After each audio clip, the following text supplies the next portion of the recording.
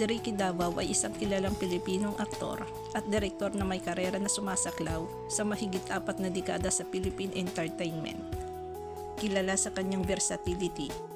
Naging mahusay siya sa mga pelikula, telebisyon at teatro. Higit pa sa kanyang husay sa pag-arte, itinatag ni Ricky ang kanyang sarili bilang isang respetadong direktor. Ang kanyang mga kontribusyon sa pelikulang Pilipino at telebisyon ay nakakuha sa kanya ng maraming pagkilala at isang iginagalang na katayuan sa industriya. Ipinanganak si Frederick Charles Ricky Caballez Davao noong March 23, 1961 sa Maynila. Siya ay talentadong artista. Lumaki sa isang pamilya na may koneksyon sa industriya ng entertainment, kung saan ang kanyang ama ay ang kilalang aktor na si Charlie Davao. Si Chard bilang magiliw na tawag sa kanya ng malalapit na kaibigan ay nagkaroon ng interes sa pag-arte noong kanyang teenager years na inspirasyon ng panonood ng mga performance ng kanyang ama sa screen at stage. Natapos ng future star ang kanyang pag-aaral sa Universidad ng Pilipinas kung saan una niyang hinabol ang arkitektura bago niya mahanap ang kanyang tunay na tungkulin sa dramatic arts.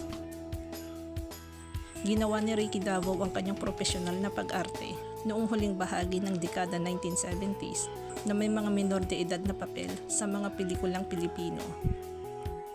Unti-unting nabubuo ang kanyang reputasyon bilang isang maaasahang karakter na aktor na may pambihirang emosyonal na saklaw. Nagkamit ng makabuluhang pagkilala ang versatile performer matapos sumali sa kasnang Ang Bagong Kampiyon. Isang sikat na palabas sa talento sa telebisyon noong dekada 1980s na tumulong sa pagtatag ng kanyang presensya sa mga sambahayan sa Pilipinas. Dumating ang kanyang tagumpay sa critical na kinikilalang pelikulang Broken Marriage noong 1983 sa direksyon ni Ismael Bernal, kung saan umani ng papuri ang kanyang pagganap kasama sina Christopher De Leon at Vilma Santos. Sa groundbreaking ng drama na Si Perada noong 1994, si Ricky Davao ay naghatid ng isang makapangyarihang pagganap bilang asawang humaharap sa mga isyu ng pag-aasawa na nagpapakita ng kanyang kakayahang magtanghal ng mga komplikadong emosyonal na karakter na may tunay na lalim. Ginampanan ng sikat na aktor ang anthologist sa Mano Puto My Home noong 2003 na nagpapakita ng kanyang kahangahangang versatility sa pamamagitan ng paglalaro ng isang manipulative na negosyante sa family tungkol sa mga pamilyang Chinese-Filipino. Ang pagganap ni Ricky sa serye sa telebisyon na May Bukas Pa noong 2009 bilang reformang ama na si Jerome ay nakakuha ng puso ng mga manonood na nagbigay sa kanya ng malawakang pagkilala para sa kanyang nuanced portrayal of parental redemption. Ang multi-talented ni Ricky Davao ay lumipat sa pagdedirect noong unang bahagi ng 2000. Nangunguna sa mga episode ng mga sikat na palabas sa telebisyon tulad ng Maalaala Mo Kaya, ang pinakamatagal na drama anthology sa telebisyon sa Pilipinas. Nakilala ang kanyang direktor na pananaw sa serye sa telebisyon na Dahil May Isang Ikaw noong 2009, kung saan ang kanyang natatanging diskarte sa pagkwento at kakayahang gumufit ng mga tunay na pagtatanghal ay nakatanggap ng papuri sa industriya. Si Ricky ay nagdirect ng ilang yugto ng kinikilalang seryeng Ang Probinsyano na nagpapakita ng kanyang husay sa pagbabalansin ng mga pagkakasunod-sunod na aksyon na may emosyonal na pag-unlad ng karakter sa matagal ng drama ng pulisya na ito. Ang accomplished performer ay nanalo ng Best Supporting Actor Award sa 2011 Famous Awards para sa kanyang papel sa Sayo Lamang na nagpapakita ng kanyang patuloy na kahusayan sa pagganap ng karakter.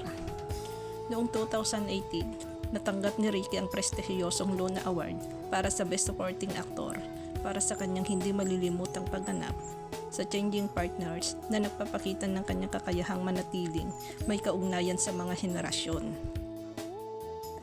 Ang veteranong aktor ay pinarangalanan ng Lifetime Achievement Award sa 2022 Gawad Pasado Awards bilang pagkilala sa kanyang mga dekada ng kontribusyon sa pelikula at telebisyon sa Pilipinas. Sa kabila ng kanyang namumunong presensya sa screen, una ay dumaranas ng matinding sakot sa entablado at nagkasakit ng pisikal bago ang mga maagang pagtatanghal.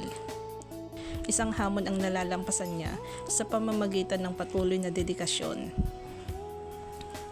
Nagsilbi si Ricky bilang isang uncredited script doctor para sa ilang kinikilalang pelikulang Pilipino noong dekada 1990s na nagbibigay ng mga critical na pananaw sa pagsasalaysay na nakatulong sa paghubog ng mahahalagang obra sa pelikulang Pilipino. Noong 2012, hinarap ni Ricky ang pambabatikos ng publiko matapos umalis sa isang live na panayam sa telebisyon nang tanungin tungkol sa kanyang mga connection sa politika. Isang insidente na panandaliang nadungisan ang kanyang profesional na reputasyon. Inamin ng respetadong aktor sa publiko ang panghihinayang sa pagtanggi sa pangunahing papel sa kung ano ang kalaunan ay naging isang internationally acclaimed Filipino film na binanggit ang mga salungatan sa pag-schedule na kalaunan ay inamin niyang maiiwasan. Sa kabila ng kanyang tagumpay, tapat na ibinunyag ni Ricky sa isang panayam noong 2019 na nahirapan siya sa depresyon sa halos lahat ng kanyang maagang karera na nagpasimula ng mahahalagang pag-uusap tungkol sa kalusugan ng isip sa industriya ng entertainment.